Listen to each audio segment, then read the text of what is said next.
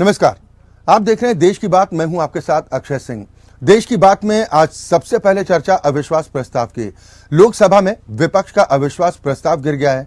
बहस के आखिरी दिन प्रधानमंत्री मोदी ने बहस का जवाब दिया। पीएम मोदी ने विपक्ष के आरोपों पर क्या जवाब दिया और आज लोकसभा में क्या क्या हुआ, पूरी कार्रवाई का ब्यौरा हम आपको देंगे। वहीं मणिपुर के 40 विधायकों ने प्रधानमंत्री मोदी को चिट्ठी लिखी है जिसमें उन्होंने अपनी 6 मांगों को रखा है। आखिर क्या उनकी ये 6 मांगे हैं, हम आपको विस्तार से बताएंगे। वहीं मोदी सरकार ने आज राज्यसभा में एक ऐसा बिल पेश किया जिससे मुख्य चुनाव आयुक्त की नियुक्ति प्रक्रिया से चीफ जस्टिस ऑफ इंडिया की भूमिका खत्म हो जाएगी। क्या है ये पूरा मामला, ये भी हम आपको विस्तार से बताएंगे। तो शुरू करते हैं देश की बात का आज का सफर।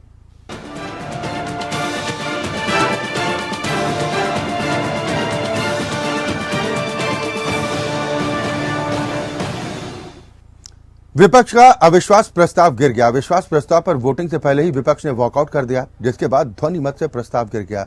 बहस के अंतिम दिन लोकसभा में आज जबरदस्त घमासान देखने को मिला। वित्त मंत्री निर्मला सीतारमण, अधीर रंजन चौधरी और ज्योतिरादित्य सिंधिया के बाद प्रधानमंत्री नरेंद्र मोदी ने विपक्षी दलों के अविश्वास प्रस्ताव पर जोरदार प्रहार किया।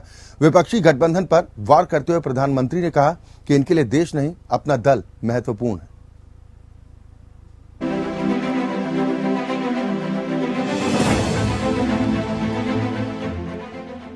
अविश्वास प्रस्ताव पर चर्चा के अंतिम दिन लोकसभा में जबरदस्त संग्राम। विपक्षी दलों के आरोपों पर पीएम का करारा जवाब। विपक्षी दलों के लिए देश से बड़ा है दल। विपक्ष के अविश्वास प्रस्ताव को एनडीए सरकार के लिए बताया शुभ। अविश्वास प्रस्ताव के फाइनल राउंड में प्रधानमंत्री ने विपक्ष को जमकर धोया। विपक्षी गठबंधन को भ्रष्टाचारियों का गठबंधन बताते हुए पीएम मोदी ने आरोप लगाया कि इन लोगों के लिए देश से बड़ा दल है। मोदी सरकार के खिलाफ लाए गए पहले अविश्वास प्रस्ताव पर तंज कसते हुए प्रधानमंत्री ने कहा कि हमने तो पहले ही कहा था कि आप ऐसे ही अविश्वास जाहिर करते रहें। आपका अविश्वास हमारे लिए शुभ है क्योंकि देश की जनता का आशीर्वाद हमारे साथ है। और अध्यक्ष जी देखिए, मजा है इस डिबेट का कि फील्डिंग विपक्ष ने ऑर्गेनाइज की, लेकिन चौके छक्के यहीं से लगे। एक नई ऊर्जा के साथ, नए उमंग के साथ, नए सपनों के साथ, नए संकल्प के साथ आगे बढ़ने के लिए कदम उठा लेता है।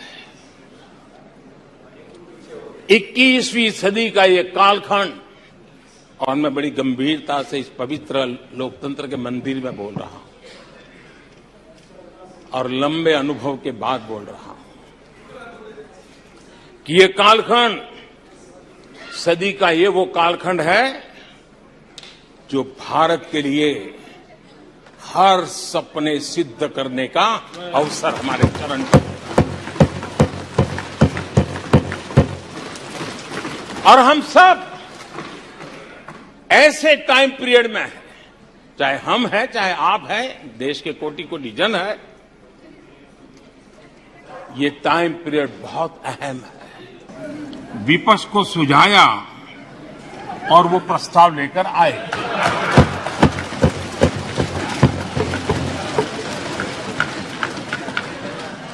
दो 2018 में भी ये ईश्वर का ही आदेश था जब विपक्ष के मेरे साथी अविश्वास प्रस्ताव लेकर के आए थे। उस समय भी मैंने कहा था कि अविश्वास प्रस्ताव हमारी सरकार का फ्लोर टेस्ट नहीं है। मैंने उस दिन कहा था, बल्कि ये उन्हीं का फ्लोर टेस्ट है। ये मैंने उस दिन भी कहा। अविश्वास प्रस्ताव पर चर्चा के अंतिम दिन कांग्रेस सांसद अधीर रंजन चौधरी ने केंद्र की मोदी सरकार पर वार करते हुए कहा कि जहां राजा अंधा होता है वहां द्रौपदी का चीरहरण होता है। अधीर रंजन चौधरी ने अविश्वास प्रस्ताव की ताकत का जिक्र करते हुए कहा कि यह अविश्वास प्रस्ताव की ताकत है कि हम प्रधानमंत्री मोदी को सदन तक खींच कर ले आए। मणिपुर पर पीएम की खामोशी पर सवाल उठाते हुए अधीर रंजन चौधरी ने कहा, मुझे तो ऐसा लगता है कि कि नीरव मोदी विदेश चला गया, लेकिन मुझे प्रधानमंत्री में नीरव मोदी दिख रहे हैं। सर देखिए, ये नो कॉन्फिडेंस मोशन की ताकत कितने है कि हमारे प्रधानमंत्री को हम लोग खींच के सदन में लाकर बैठे। यही ताकत होते हैं संसदीय परंपरा की। हम ये नो कॉन्फिडेंस मोशन आने के लिए कोई सोचा भी नहीं था, लेकिन हम बार बार ये गुहार लगाते आए थे कि कम से कम हमारी देश की प्रधानमंत्री सदन में आए और मणिपुर की मुद्दे पे हम बोलने का पहले कुछ बोले। ये सिर्फ हमारा मांग थी और कुछ नहीं। हमारा मांग कोई बीजेपी नेता से नहीं। वहीं ज्योतिरादित्य सिंधिया ने कांग्रेस पर पलटवार करते हुए शायरी से निशाना साधा। ज्योतिरादित्य सिंधिया ने कहा कि औरों के ख्यालात की लेते हैं तलाशी, अपने गिरेबा में झांका तक नहीं जाता। राहुल गांधी और इंडिया गठबंधन पर प्रहार करते हुए ज्योतिरादित्य सिंधिया ने कहा कि इनकी मोहब्बत की नहीं, भ्रष्टाचार की दुकान है। नॉर्थ ईस्ट का जिक्र करते हुए ज्योतिरादित्य सिंधिया ने कहा कि जिस पूर्वोत्तर को लेकर विपक्ष की ओर से घड़ियाली आंसू बहाए जा रहे हैं, उसी पूर्वोत्तर को प्रधानमंत्री मोदी ने विश्व के साथ जोड़ा है। जबकि इससे पहले वित्त मंत्री निर्मला सीतारमण ने विपक्षियों पर वार करते हुए कहा कि यूपीए सरकार के समय में जो रायता फैलाया गया था, हमारी सरकार उसको साफ करने में जुटी है और आज अर्थव्यवस्था समेत तमाम मामलों में सरकार के कामों की तारीफ दुनिया कर रही है। आज सभापति महोदय ये स्वच्छ इंडिया अभियान की बात कर रहे हैं। ये कहते हैं कि नफरत के बाजार में मोहब्बत का दुकान लाएंगे। इनका दुकान तो भ्रष्टाचार का दुकान है, झूठ का दुकान है, तुष्टीकरण का दुकान है, अहंकार का दुकान है। केवल का नाम दुकान का बदलते हैं, सामान वही है। राहत इंदारी जी का के शब्द मुझे याद आते हैं कि नए किरदार आते जा रहे हैं, मगर नाटक पुराना चल रहा है। वर्ड्स लाइक बनेगा, मिलेगा, ये सब हो गया। अभी हम वो नहीं है। जनता आजकल क्या उपयोग कर रहे हैं? बन गए, मिल गए और आ गए, यही हो रही है शब्दावली। मैं उदाहरण के लिए बोल रही हूं। यूपीए के समय बिजली आएगी करते थे लोग, अभी बिजली आ गए। गैस कनेक्शन मिलेगा, आज गैस कनेक्शन मिल गया। वाटर कनेक्शन मिलेगा करते थे यूपीए में, अभी मिल गया। कुल मिलाकर मणिपुर के मुद्दे पर लाए गए विपक्ष के अविश्वास प्रस्ताव के दौरान सभी दल मणिपुर पर कम अपना अपना पॉलिटिकल स्कोर बढ़ाने की कोशिश करते ज्यादा दिखाई दिए। एक दूसरे को कटघरे में खड़ा करने में नेता पूरी ताकत झोंकते नजर आए। कांग्रेस समेत पूरे विपक्षी गठबंधन की भूमिका मिशन 2024 को लेकर विपक्षी एकता की कोशिशों पर ज्यादा फोकस नजर आई। हालांकि आरोपों की झड़ी लगाने में विपक्ष की तरफ से कोई कमी नहीं हुई, तो वहीं सत्ता पक्ष की ओर से विपक्ष के आरोपों पर जोरदार पलटवार किया गया। लेकिन सबसे महत्वपूर्ण सवाल ये है कि क्या इस अविश्वास प्रस्ताव पर चर्चा के बाद मणिपुर में शांति व्यवस्था बहाल हो पाएगी या मणिपुर के दोनों समुदायों के बीच सौहार्दपूर्ण माहौल बनाकर शांति व्यवस्था जल्द बहाल हो सकती है। Bureau report, APN।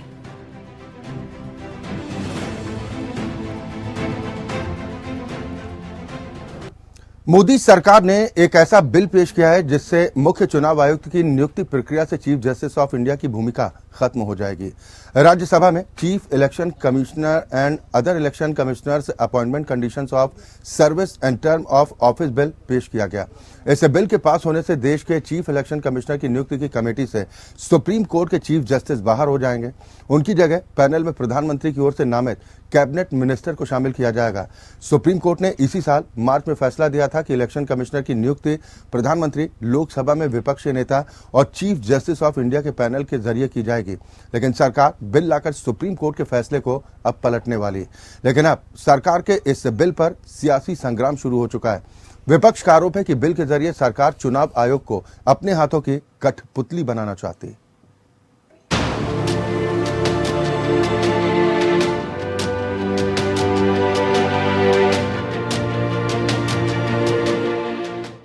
क्या चुनाव आयोग नियुक्ति प्रक्रिया में जुडिशियरी का दखल सरकार को बर्दाश्त नहीं? क्या मोदी सरकार नहीं चाहती कि मुख्य चुनाव आयुक्त और अन्य चुनाव आयुक्तों की नियुक्ति प्रक्रिया में देश के चीफ जस्टिस शामिल हों? ये सवाल इसीलिए क्योंकि 2024 के चुनाव से पहले मोदी सरकार ने जो नया दांव चला है वो कई सवाल खड़े कर रहा है। दरअसल मुख्य चुनाव आयुक्त और चुनाव आयुक्त को चुनने के लिए सरकार नया कानून लाने जा रही है। केंद्र सरकार ने आज राज्यसभा में मुख्य चुनाव आयुक्त और निर्वाचन आयुक्तों की नियुक्ति, सेवा की शर्तों और कार्यकाल के विनियम से जुड़ा बिल पेश किया है। अगर संसद में कानून पास हो गया तो चुनाव आयुक्त चुनने वाली कमेटी से सुप्रीम कोर्ट के चीफ जस्टिस बाहर हो जाएंगे। उनकी जगह प्रधानमंत्री, विपक्ष के नेता और केंद्र सरकार जिस मंत्री को नॉमिनेट करेगी वो इसमें शामिल होंगे। लेकिन अब सरकार के इस फैसले पर सियासी हंगामा खड़ा हो गया है। कांग्रेस ने इस विधेयक को असंवैधानिक, मनमाना और अनुचित करार दिया है। कांग्रेस ने ये आरोप भी लगाया कि ये कदम निर्वाचन आयोग को प्रधानमंत्री नरेंद्र मोदी के हाथों की कठपुतली बनाने का प्रयास है। Modi government to make election commission as a government department. As you rightly pointed out, this was a decision taken by the India government on accordance with a constitutional bench judgment. We will have to see in what form we take it up and whether we object, because the fact is that the Chief Justice, his participation in the exercise was part of what guaranteed the independence of the selection process. इस bill का तमाम विपक्षी दल विरोध कर रहे हैं। जाहिर है राज्यसभा में जब इसे पास कराया जाएगा तो विपक्षी एकता की एक बार फिर से अग्नि परीक्षा होगी। लेकिन दिल्ली सेवा बिल पर मात खाई आम आदमी पार्टी ने मुख्य चुनाव आयुक्त और चुनाव आयुक्त की नियुक्ति वाले विधेयक के खिलाफ मोर्चा खोल दिया है। अरविंद केजरीवाल ने एक ट्वीट कर दावा करते हुए कहा कि मैंने पहले ही कहा था, प्रधानमंत्री जी देश के सुप्रीम कोर्ट को नहीं मानते। उनका संदेश साफ है, जो सुप्रीम कोर्ट का आदेश उन्हें पसंद नहीं आएगा वो संसद में कानून लाकर उसे पलट देंगे।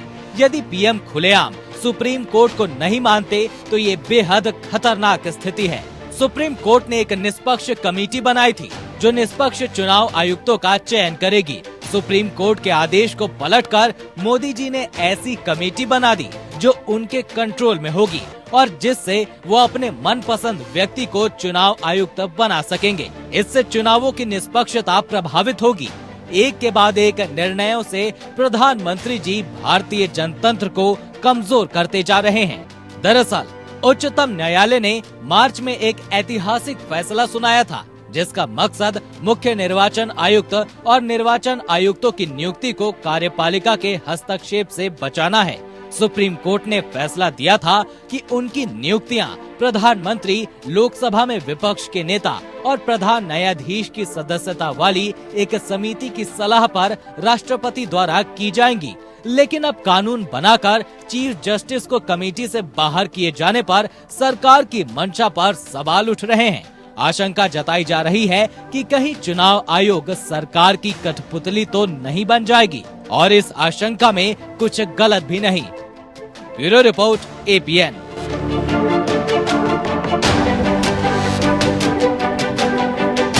मणिपुर के 40 विधायकों ने प्रधानमंत्री मोदी को चिट्ठी लिखी है जिसमें उन्होंने अपनी 6 मांगे रखी। इनमें मणिपुर में NRC लागू करने, उग्रवादियों से हथियार वापस लेने और शांति वार्ता की पहल शामिल। वहीं विशेष विधानसभा सत्र की मांग को लेकर सैकड़ों महिलाओं ने बुधवार की रात तकरीबन 9:30 बजे इम्फाल के की संपथोंग और क्वाकीथेल और इम्फाल पूर्वी जिले के वांगखेई और कोंगबा में मशाल जुलूस भी निकाला। उधर स्थानीय पुलिस और असम राइफल सामने सामने आ गए। दोनों के बीच टकराव बढ़ गया।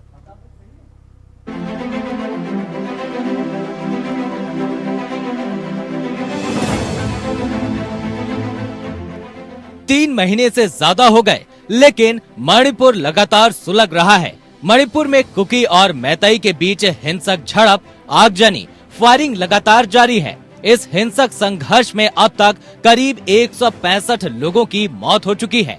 संसद से लेकर सड़क तक मणिपुर पर हंगामा मचा हुआ है। सरकार शांति की तमाम कोशिशें कर रही है, लेकिन हिंसा है कि थमने का नाम नहीं ले रही। अब मणिपुर के 40 विधायकों ने पीएम मोदी को चिट्ठी लिखी है। विधायक जिनमें से अधिकांश जातीय मैतेई हैं। मणिपुर के इन 40 विधायकों ने अपनी चिट्ठी में पीएम मोदी के सामने 6 मांगों को रखा है।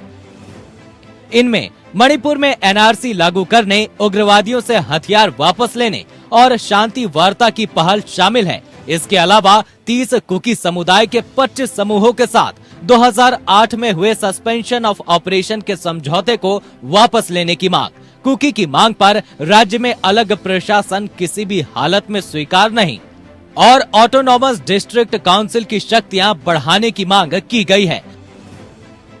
वहीं मणिपुर के इंडिजिनस ट्राइबल लीडर्स फोरम यानी ITLF के एक डेलीगेशन ने नई दिल्ली में गृह मंत्री अमित शाह से मुलाकात की।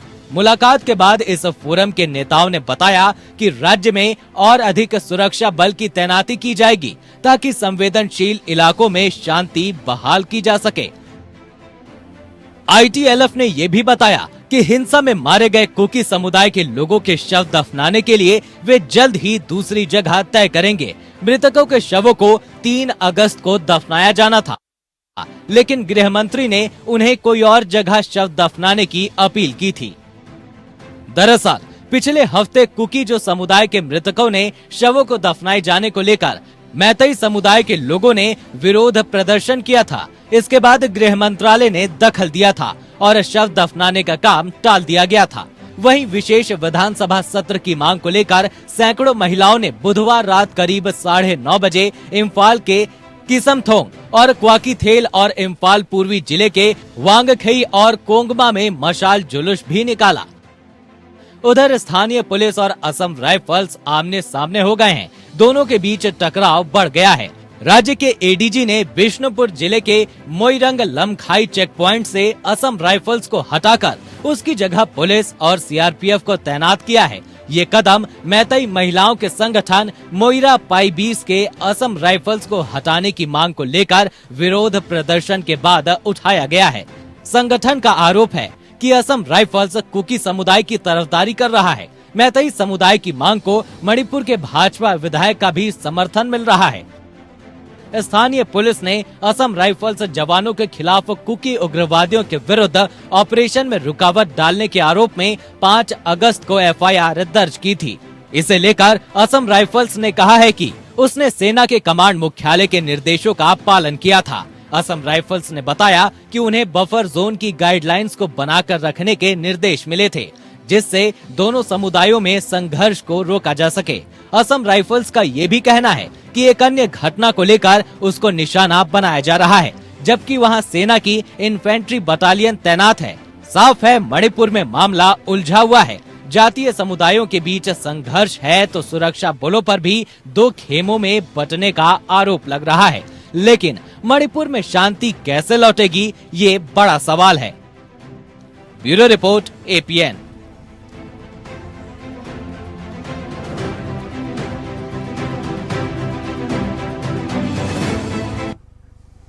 और इसी के साथ देश की बात में मेरे साथ अभी के लिए बस इतना ही, लेकिन APN न्यूज में खबरों का सिलसिला लगातार जारी है।